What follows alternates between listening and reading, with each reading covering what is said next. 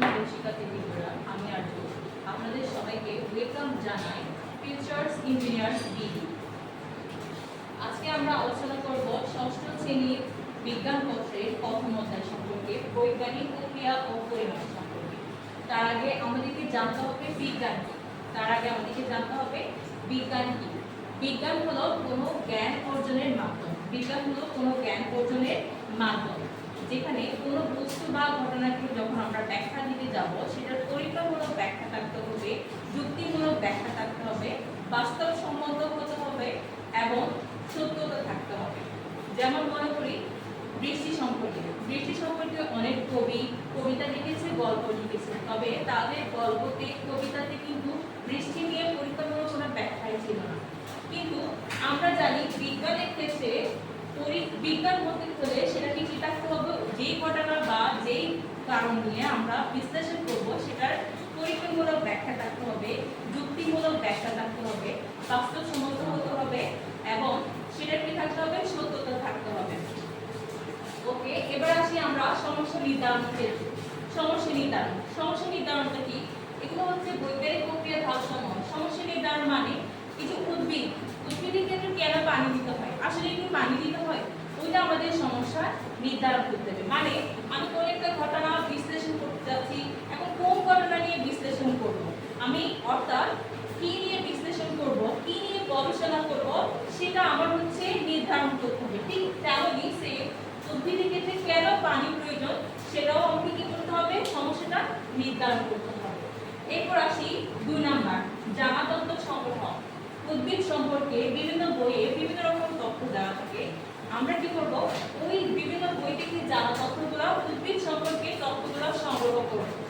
এরপর আসি 3 নাম্বার কি, এই যে আমরা সমস্যা নির্ধারণ, জানা তথ্য দুইটা সম্পর্কে জেনেছি, ওই দুইটা কনসেপ্ট থেকে আমরা একটা ধারণা নিলাম যে হ্যাঁ আসলে উদ্ভিদের কিছু কি প্রয়োজন, পানি প্রয়োজন।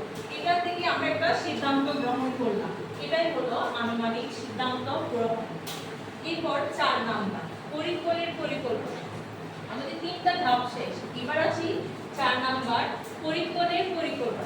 যেমন আমি যদি কোনো কিছু পরীক্ষা করতে যাই, তার আমার কি কি যন্ত্র লাগবে, কি লাগবে, এই সবগুলো হচ্ছে পরিকল্পনা করা।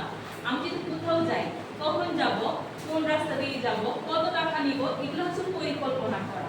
সেম বিজ্ঞানের ক্ষেত্রে পরিকল্পনা মানে উদ্ভিদ, মনে করেন দুইটা উদ্ভিদ, আমি যদি উদ্ভিদের ক্ষেত্রে পরীক্ষা করতে যাই, তাহলে আমার কি লাগবে, দুইটা উদ্ভিদ লাগবে, দুইটা টব লাগবে এবং কি লাগবে, পানি লাগবে, শুষ্ক মাটি লাগবে। এই সবগুলো আমাকে কি করতে হবে, পরিকল্পনা করতে হবে, সেটা হচ্ছে কি পরিকল্পনা। এরপর কি, এই যে 4 5 দুটা কিন্তু একই রকম। যেমন এই যে আমি এই সবগুলো নির্ধারণ করছি, আমার কি লাগবে সবগুলো আমি নির্ধারণ করছি, তো সবগুলো একসাথে এক জায়গায় এনে আমি পরীক্ষা করতেছি। একটা টব গাছে অর্থাৎ উদ্ভিদের মধ্যে আমি পানি দিয়েছি, আর একটা উদ্ভিদের মধ্যে পানি দিই নাই, এটা হচ্ছে আমার পরীক্ষা। অর্থাৎ একটা উদ্ভিদের মধ্যে পানি দিয়ে দেখলাম উদ্ভিদটা বৃদ্ধি পেয়েছে, দ্বিতীয় উদ্ভিদের পানি দিই নাই, দেখলাম কি সেটা বৃদ্ধি পায় না, সেটা বড় হয় নাই, এটা হচ্ছে পরীক্ষা করা, যেটাকে বলা হয় পরীক্ষণ। এরপর আসি 6 নাম্বার, আমি পরীক্ষণ করছি, পরীক্ষণ করে আমি দুটা গাছের মধ্যে, দুটা উদ্ভিদের মধ্যে 2 রকম ভিন্ন তফাৎ দেখছি, এই দুটা নিয়ে আমাকে বিশ্লেষণ করতে হবে। বিশ্লেষণ করে আমি দেখলাম যে হ্যাঁ আসলে যে উদ্ভিদে পানি দেওয়া হয় সেই উদ্ভিদটা বৃদ্ধি পায়, আর যে উদ্ভিদে পানি দেওয়া হয় না সেই উদ্ভিদটা বৃদ্ধি পায় না। ওইখান থেকে আমি একটা সিদ্ধান্ত গ্রহণ করলাম, হ্যাঁ উদ্ভিদে পানি দিলে উদ্ভিদটা কি হয়, বৃদ্ধি পায়। এটা হলো সিদ্ধান্ত গ্রহণ। আর আমি যে সিদ্ধান্তটা গ্রহণ করলাম সেটা হচ্ছে আমার মূল ফলাফল, সেটা হলো কি আমার মূল ফলাফল। আশা করি আপনারা সবাই বুঝছেন। আপনারা কমেন্ট বক্সে জানিয়ে যাবেন আমার ক্লাসটি কেমন রাখবো, এবং আপনাদের কাছে একটা প্রশ্ন থাকবে, পরীক্ষণ কি, সবাই কমেন্ট বক্সের মধ্যে জানিয়ে যাবেন পরীক্ষণ কি। এতটুকুই আপনাদের সাথে আজকে রইল, পরবর্তী ক্লাসে আপনাদের সাথে দেখা হচ্ছে। আল্লাহ হাফেজ, আসসালামু আলাইকুম, ভালো থাকবেন।